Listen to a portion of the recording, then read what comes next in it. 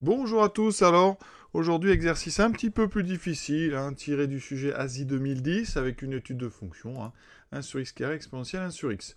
Alors quand je dis un petit peu plus dur, on vous donne moins d'indices pour trouver les limites. La dérivée n'est pas si évidente que ça, et donc je vous laisse faire. Première question, donc étude de la limite quand x tend vers 0. D'abord, comme d'habitude, on va regarder sur son brouillon 1 sur x carré exponentielle 1 sur x, donc on est cette fois-ci en 0. Alors ici, on regarde bien le texte, très important, on est sur 0 plus l'infini. Donc ici, c'est en 0, plus, c'est-à-dire, donc x tend vers 0, mais par valeur supérieure, d'accord? Alors, qu'est-ce qu'on a? On a du 1 sur x. Donc 1 sur x, comme x tend vers 0 par valeur positive, eh bien ça va tendre vers plus l'infini, d'accord? Devant, qu'est-ce qu'on a? On a du 1 sur x2. x2, ça tend vers 0 plus. En inversant, ça tend vers plus l'infini. Alors, je n'ai pas regardé mon exponentiel, parce que ce plus l'infini, je le mets dans l'exponentiel. Donc ici, j'ai plus l'infini. Donc effectivement, j'ai un produit plus l'infini fois plus l'infini. Aucun problème de limite. D'accord? Donc on va rédiger tout ça quand même. Un limite quand x tend vers 0. Alors on va quand même rappeler un x positif de 1 sur x. Ça, c'est donc plus l'infini. Donc, la limite d'exponentielle 1 sur x. Quand x tend vers 0, donc on va mettre 0 plus, ce sera plus court, c'est donc égal à la limite de l'exponentielle quand le grand x qu'on met dedans tend vers plus l'infini, c'est donc plus l'infini. Ça s'appelle donc de la composition. Donc ici, donc par composition. Donc, ensuite, on va multiplier par 1 sur x carré, donc je vais donner sa limite. Limite de 1 sur x carré quand x tend vers 0. Alors ici 0 plus ou 0 moins, ça n'aurait pas changé parce que 1 sur x carré, pas de souci, ça fera toujours plus l'infini. Et donc ici, par produit, limite de f en 0 est égal à plus l'infini. Quand le domaine c'est 0 plus l'infini, on met limite en 0, il n'y a pas de problème. On considère que c'est implicite que c'est un 0 plus. Non, en plus l'infini, même procédure, on va sur son brouillon, on regarde d'abord avant d'écrire la moindre des choses. Donc on est x tend vers plus l'infini, donc 1 sur x tend vers 0. Donc je regarde l'exponentielle quand ce que je mets dedans tend vers 0. Par composition, ça tend vers exponentielle 0, ça tend vers 1. Ensuite, devant, la parenthèse, on a du 1 sur x carré. X carré tend vers plus l'infini, en inversant, ça tend vers 0. Vous voyez, donc pas de souci. Finalement, c'était beaucoup plus simple qu'il n'y paraissait. Donc, on va dire limite de 1 sur x quand x tend vers plus l'infini est égal à 0. Donc, la limite d'exponentielle de 1 sur x quand x tend vers plus l'infini, c'est égal à la limite de l'exponentielle quand ce qu'on met dedans tend vers 0.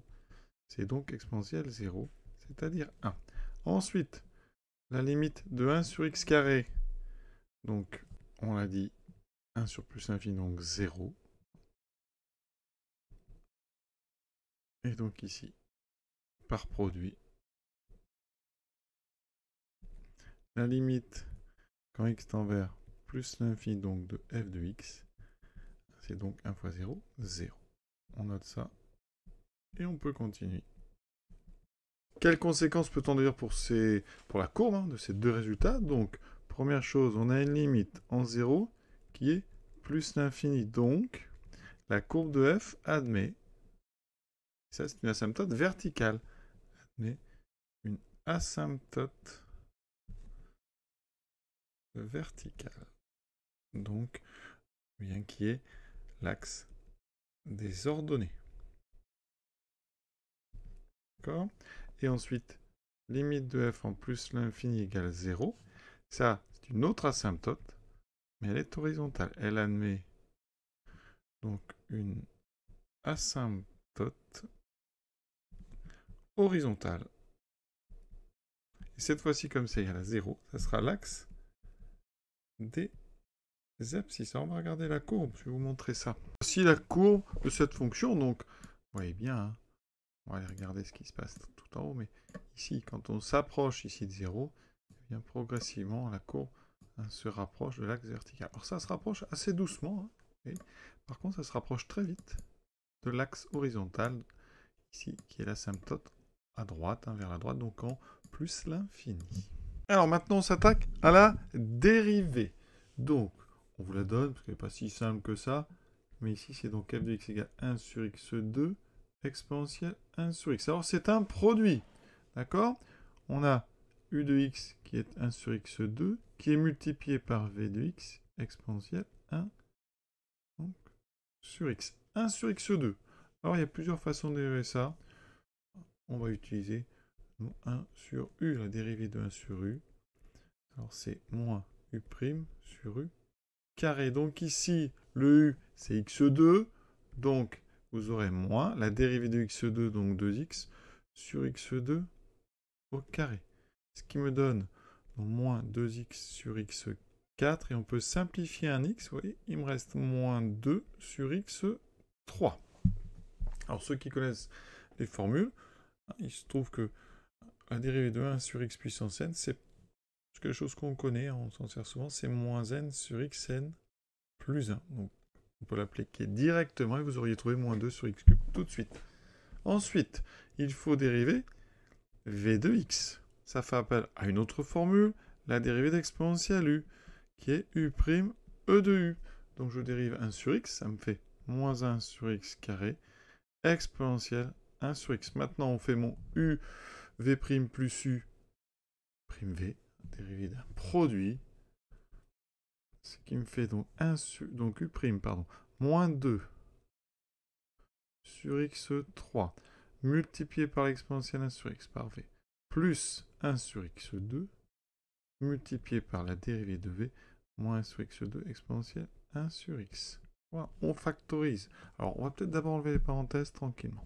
Tiens, moins 2 sur x3, exponentielle 1 sur x.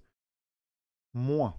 Ensuite, x2 fois x2, x4. Donc 1 sur x4 exponentielle 1 sur x. Maintenant, on va factoriser donc par exponentielle 1 sur x. J'obtiens moins 2 sur x3 moins 1 sur x4. Alors, ce n'est pas exactement la forme qu'on me donne. Je vais donc mettre au même dénominateur. On a x3, x4. Le dénominateur commun, eh bien, on va multiplier ici en haut et en bas par x pour avoir x fois x3 qui fera x4. J'ai donc moins 2x sur x4 moins 1 sur x4 exponentielle 1 sur x qui me donne donc x4 au dénominateur et on a moins 2x moins 1. On y est presque. Il reste à faire quoi? On factorise par un moins. Donc moins, on va mettre le x4 comme ceci, 1 sur x4, multiplié donc par, j'ai factorisé par un moins, ça me fait 2x plus 1, et je multiplie par l'exponentielle. Alors, ils l'ont mis au milieu, ça ne change rien, c'est bien ce qu'il fallait démontrer. Dans le signe de f, alors c'est simple, hein, parce qu'ici, on est sur x strictement positif. 1 sur x4 est strictement positif. Quand on inverse un nombre strictement positif, ça reste strictement positif. Ensuite, on sait que l'exponentielle de 1 sur x, c'est un exponentiel. C'est donc aussi strictement positif.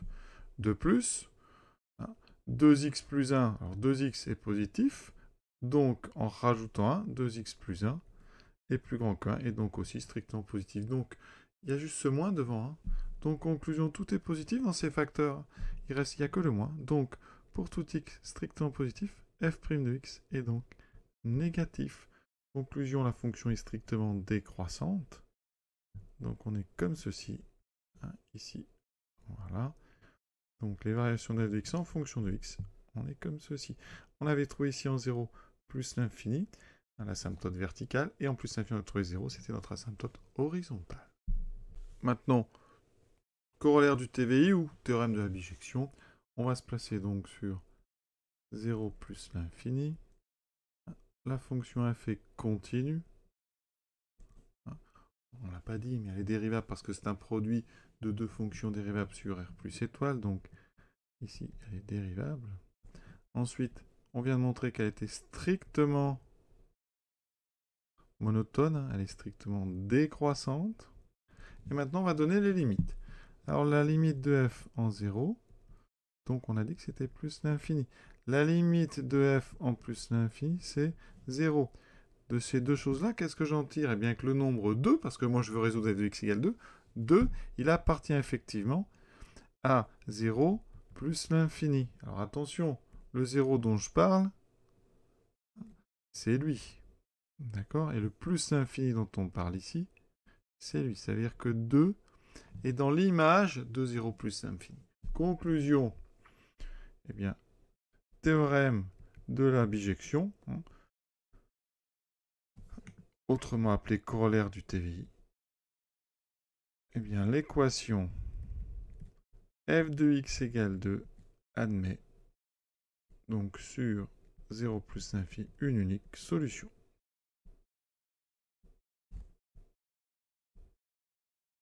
Qu'on appelle alpha. Effectivement, sur notre tableau de variation, là, 2, oui, il est bien entre 0 et plus l'infini, donc il admet un unique antécédent. Une Texas, par exemple, vous allez dans f de x égale, vous rentrez l'expression, vous allez mettre graphe, par exemple, et vous mettez calcul. Et ici, vous pouvez mettre intersection. Voilà. Alors, intersection, donc, première fonction. Alors, je vais aller rentrer une deuxième fonction. Moi, je veux égal à 2, donc ici, je mets 2, vous voyez. Et donc, je mets graphe. Et là, je vais faire intersection entre les deux. Donc, la valeur de alpha, c'est l'abscisse de ce point, hein, d'accord? Donc ici, on fait intersection entre les deux. Voilà.